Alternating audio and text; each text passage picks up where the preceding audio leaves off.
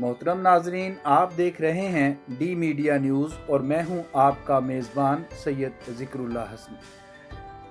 Pakistan peoples party Punjab के सदर जनाब सैयद हसन मुर्तज़ा साहब अपनी खूबसूरत गुफ्तगू और अपने चुटकुलों लतीफ़ों की वजह से काफ़ी मशहूर हैं। वो सियासी मिसालें देते हुए अपने जो अपोजिशन है, अपने जो मुखालफिन हैं, उनको इस अंदाज़ में मिसालें देते हैं और इस अंदाज़ में समझाते हैं कि वो भी उनकी बात सुनकर महसूस होते हैं। तो वो पंजाब असम्बली के अंदर हों या पार्टी मीटिंग के दौरान, उनकी खूबसूरत गुफ्तगू, उनके चुटकुले और उनके पंजाबी लहजे में जो मिसालें हैं वो एक यादगार बन जाती हैं और लोग उसको तवज्जो से सुनते हैं। आइए आज ऐसा ही एक चुटकुला वो जो अपनी एक पार्टी मीटिंग में सुना रहे हैं आपको सुनाते हैं। देखते रहिए डी मीडिया न्यूज़। आइए देखते हैं जनाब सैयद हसन मुर्तज़ा साहब का पार्टी मीटिंग के दौरान एक खूबसूरत मिसाल जो उन्होंने अपने सियासी मुखालफिन को और मौजूदा हुकूमत के हवाले से सुनाई। एक नशेई बेचारा ना शामो शाम टाइम नाल घर आ गया ते अगे बरुंदे ते बैठा उन्हें जाके भी ना वालिद दे नाल बह गया अपने।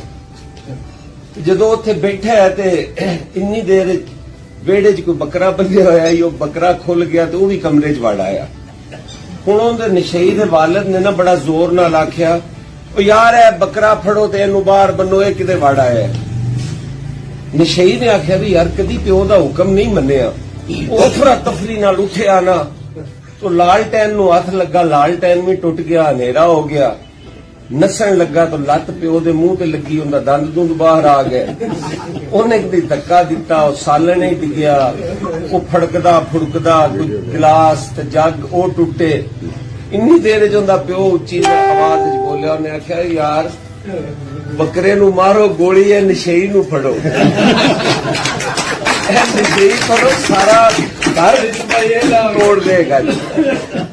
उस किस्से दी इस टाइम साडा बकरा खुला होया जी और नशेई दे हथ च मुल के हर शह नूं छड्डो, पहले इस नशेई दा बंदोबस्त करो और वो तुहाडे तरफों ही हो सकता है। तुसीं कम्यूनिटी अगर साडे नाल चलोगे इंशाअल्लाह ताला पीपल्स पार्टी मजबूत होएगी, इस मुल्क का वफाक मजबूत होएगा, इस मुल्क हके हुक्मरानी जेड़ा आम आदमी दा है वो मिलेगा।